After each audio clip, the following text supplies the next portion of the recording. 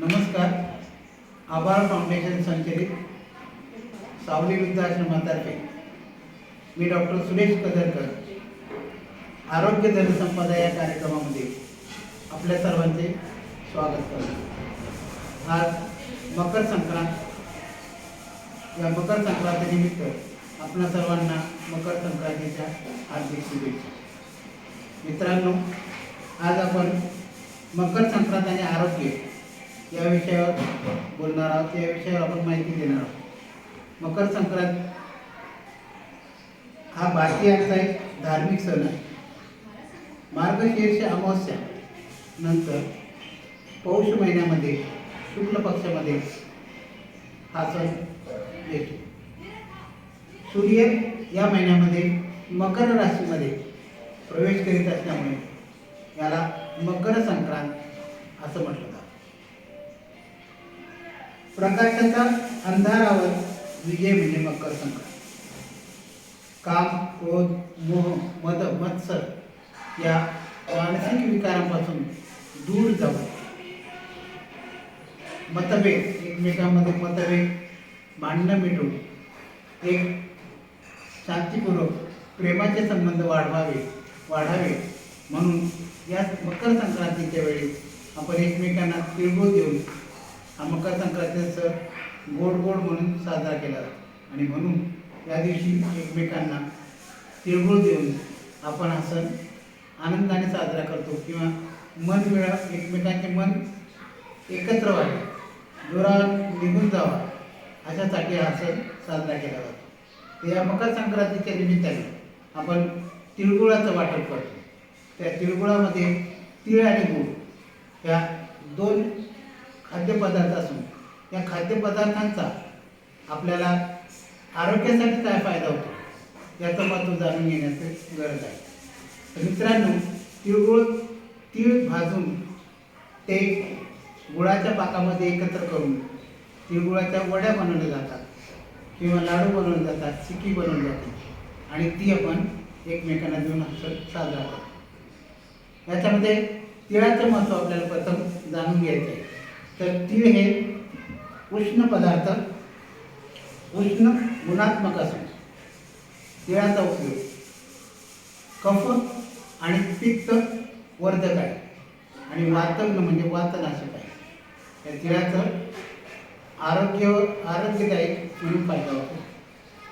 तिळामध्ये वाताचा नाश करण्याचा गुण असल्यामुळे या ऋतूमध्ये, हिवाळ्याच्या ऋतूमध्ये वाताचं प्रमाण जास्त असल्यामुळे वाताचे विविध विकार म्हणजे संधिवात, नंतर गुडघेदुखी, मानदुखी, कंबरदुखी, पॅरालिसिस यासारखे वाताचे विकार होतात.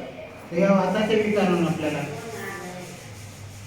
तिळाचा उपयोग होतो आणि तिळामुळे हे आजार नष्ट होतात किंवा हे आजार बरे होतात. आता तिळाचा उपयोग आपण बऱ्याच अंशी दाताचे आजार बरे करण्यासाठी, दाताचे दात हालत असतील, दातामध्ये पेन असते तर ते दाताचे विकारसुद्धा बरे होतात. त्यानंतर मूत्रविकार, मूत्रमार्गाचे विकार म्हणजे युरिनरी ट्रॅक्ट इन्फेक्शन, वारंवार लघवीला जाणे किंवा लघवीच्या ठिकाणी आग होणे असे मूत्राचे जे आजार असतात ते आजारही या तिळामुळे बरे होतात. त्यानंतर स्त्रियांमध्ये मासिक पाळीचे विकार, नियमित मासिक पाळी येण्यासाठी किंवा अनियमित पाळी नियमित होण्यासाठी किंवा पाळीच्या वेळेला पोट दुखत असेल तर या तिळाचा उपयोग केला जातो. त्यानंतर रात्रीच्या वेळेला लहान मुले अंथरुणात लघवी करतात. तर या लघवी होऊ नये, रात्रीच्या वेळेला अंथरुणात लघवीचा जो विकार मुलांना गरजेचा असतो तो विकार जाण्यासाठी या तिळाचा उपयोग केला जातो. तसेच तिळाचा उपयोग हृदयाच्या मांसपेशी मजबूत होण्यासाठी केला जातो म्हणून कोलेस्ट्रॉल कमी करण्यासाठी त्याचा उपयोग होतो. दुसरी गोष्ट, याचा उपयोग ताण, तणाव, स्ट्रेस याच्यासाठी केला जातो. तिळामध्ये तीळ आणि 1 चमचा तीळ आणि 1 चमचा जिरे एकत्र घेऊन रोज सकाळ संध्याकाळ जेवणामध्ये जर आपण तीळ घेतला तर जेवणानंतर पाण्याबरोबर तीळ घेतला तर विटॅमिन डी डिफिशियन्सी आणि कॅल्शियम डिफिशियन्सी याच्यामध्ये फायदा होतो. त्यामुळे हाडे मजबूत होतात. हाडामध्ये मजबूत झाल्यामुळे उंची वाढते, मुलांच्या उंची वाढण्यामध्ये याचा उपयोग होतो. अशा प्रकारे तिळाचा उपयोग केला जातो. त्याचबरोबर तीळ आणि वाळवणी दुधामध्ये एकत्र मिसळून त्याचा लेप जर कपाळावर दिला तर मायग्रेन किंवा अर्थसिसी हा विकार बरा होतो. अशा प्रकारे तिळाचा उपयोग केला जातो. पण तिळापेक्षा तिळाच्या तेलाचा जास्त फायदे असतात. म्हणून तिळाचं तेल हे आयुर्वेदामध्ये सर्व प्रकारचे तेल बनवण्यासाठी तिळाच्या तेलाचा उपयोग केला जातो. त्याचबरोबर तिळाच्या तेलाची मालिश केली जाते. तिळाचे तेल कानामध्ये टाकण्यासाठी, डोळ्यामध्ये टाकण्यासाठी, नाकामध्ये टाकण्यासाठी याचा उपयोग होतो. डोळ्यामध्ये टाकल्यावर डोळ्याचे विकार बरे होतात, कानाचे विकार बरे होतात, कर्णशुद्ध बरा होतो. अशा विविध याच्यासाठी तिळाच्या तेलाचा आपण उपयोग केला जातो. मित्रांनो, तिळाच्या तेलाचे 10 ते 15 मिनिटं जर तेलात गुळणे केल्या तर हलणारे दात सुद्धा हलू शकत नाही किंवा चांगले होतात. दात दुखणे यावर सुद्धा मरेपर्यंत दात तुमचे पडू शकत नाही, इतके मजबूत त्या तिळाच्या तेलाने दात चांगले होतात. अशा प्रकारे आपण तिळाचं महत्त्व करून घेतो. आता याबरोबर आपल्याला गुळाचं महत्त्व करून घेणं महत्त्वाचं आहे. तर गुळाचा उपयोग हा जनरली पाचन संस्थेमध्ये जास्त फायदा होतो. गुळ हा एक खडा एवढा किंवा सुपारीच्या खड्या एवढा जर तुम्ही रोज सकाळ संध्याकाळ जेवणानंतर जर घेतला तर त्याचे पचन संस्थेचे विकार म्हणजे अपचन होणे किंवा भूक न लागणे, गॅसेस होणे, कॉन्स्टिपेशन किंवा मलबद्धता या विकारावर याचा चांगला फायदा होतो. तसेच श्वसनाचे विकार, तर श्वसनाच्या विकारामध्ये सर्दी, खोकला, घसा बसणे किंवा दम्यासारखे विकार यावरही याचा गुळाचा चांगला उपयोग होतो.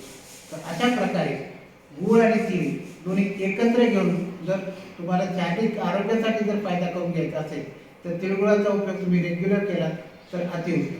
अशा प्रकारे हा तिळगुळाचं महत्त्व आपण जाणतो.